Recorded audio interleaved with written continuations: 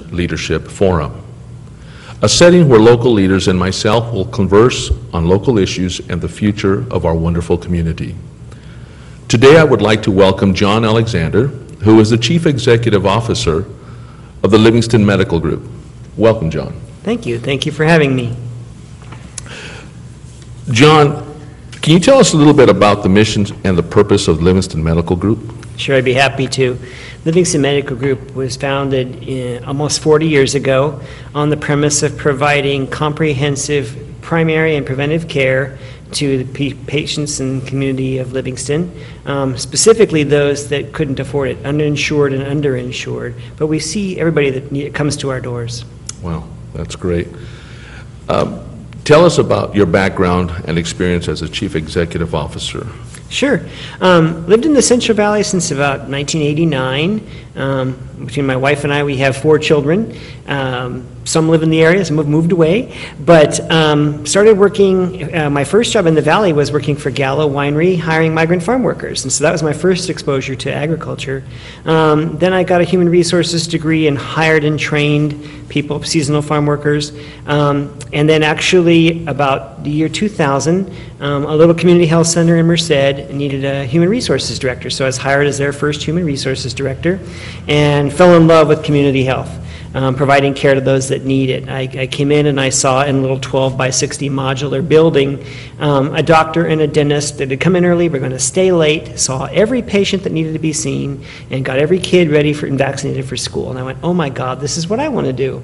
So I told my boss at the time, hey, I want to run health centers someday. And I don't think he really believed me, but 10 years later, having been a human resources director, a chief operations officer at another health center, and preparing myself for this role when Aurora Garcia retired, I was completely ready to come in and take over, and I'm very excited to be a part of the community and a part of the future here.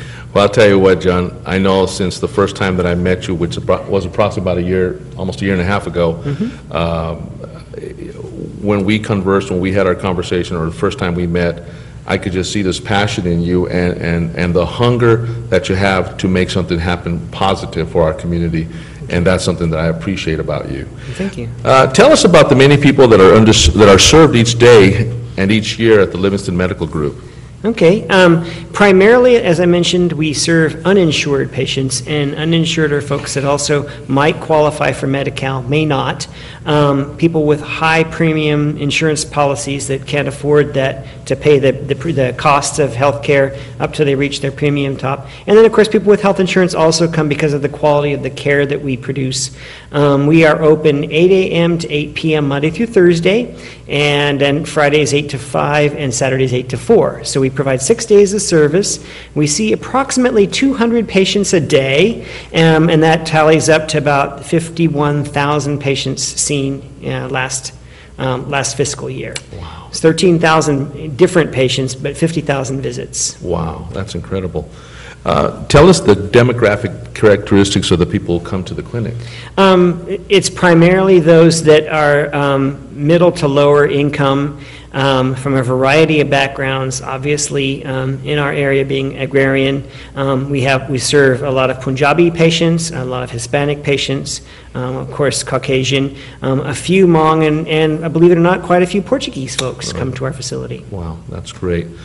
Can you tell us a little bit about the organization structure and the Livingston Medical Group and the services that are provided to the people of Livingston? Yeah, I'm glad to do that, because people say primary care and preventive care, they don't necessarily know what that means. So we have an administrative staff, a senior management team, as most organizations do, with a chief financial officer and those kinds of people, administrative. But we have our chief medical officer specializes in OBGYN, which is women's health, and then we have an acting associate medical director who's a DO, which is like an MD, who's family practice, and basically they used to call that general medicine. And we have 2 of those, 2 general medicine providers.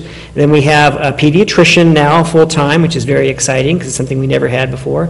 And then there's a group of providers called mid-levels, and they are family nurse practitioners or physician's assistants that are licensed in the state of California to provide care under the supervision of an MD. So we have a total on any given day of 8 providers in the morning, 8 in the afternoon, and 4 in the evenings. So we are fully staffed at all times to take care of whatever the needs that might arise. I'll tell you, that's really nice to know, especially in our community, that we have that type of service available.